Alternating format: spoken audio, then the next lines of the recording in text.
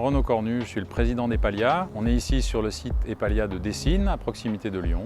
Epalia, c'est une entreprise qui a une quarantaine d'années. On est inscrit dans l'économie circulaire puisque notre métier principal, c'est le réemploi de palettes. Epalia, nous sommes un des leaders de marché sur le réemploi de palettes. On a près de 400 collaborateurs répartis sur une quarantaine de sites en France. Nos collaborateurs trient, réparent et transportent chaque jour des milliers et des millions de palettes puisqu'on est à 16 millions de palettes par an.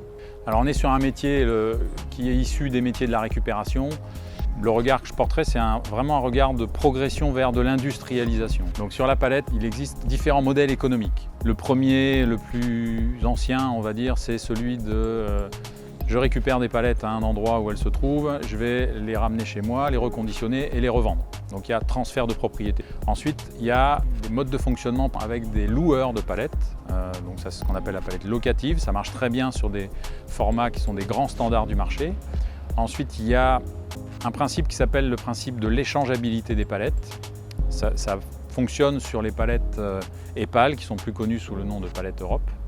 Là, on est un acteur significatif du marché en France sur les palettes Europe. Parmi nos offres de service, il y a ce qu'on appelle le home palette. Cette fois, au lieu de ramener les palettes chez nous pour les réparer, on va envoyer nos équipes dans un petit camion qui va avoir le matériel nécessaire pour faire les opérations, et donc nos opérateurs vont venir faire les prestations de réparation chez nos clients directement. Il y a d'autres modes de fonctionnement qui vont être des prestations de services sur ce qu'on appelle des parcs propriétaires. On le nomme la gestion de parc, où on va intervenir pour le compte de nos clients sur tout l'aspect logistique, récupérer les palettes vides chez les clients de nos clients, les ramener chez nous, là encore une fois les trier, les réparer si besoin, les remettre en état et ensuite les relivrer à notre client pour faire la boucle de l'économie circulaire. Pour que ce soit éligible à un format de gestion de parc, il faut un certain nombre de critères.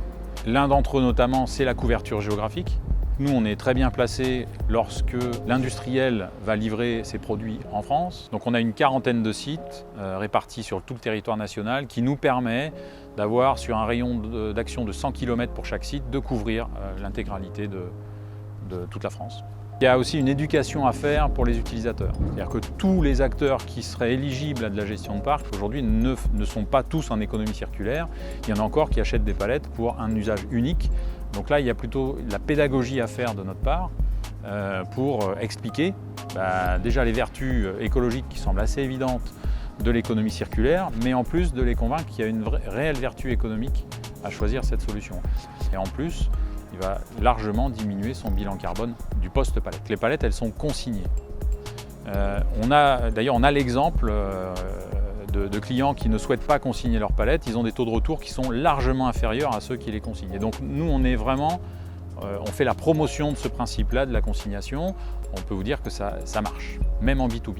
On a développé un outil qui est un outil informatique qui s'appelle ePallet, qui est une plateforme web qui va permettre à tous les utilisateurs de la chaîne, c'est-à-dire nos clients, les clients de nos clients et nous-mêmes, d'organiser la récupération et la remise à disposition des palettes dans les meilleures conditions. Comparativement entre un process de palettes perdues à usage unique et un système de palettes qui vont fonctionner en économie circulaire, on a une économie qui peut aller jusqu'à 60% de consommation de bois et de l'ordre de 30% d'émissions de CO2. Donc les enjeux d'avenir pour Epalia, ils sont de continuer à développer notre maillage géographique, puisque vous comprenez bien que plus on est en proximité, moins on va faire de kilomètres finalement.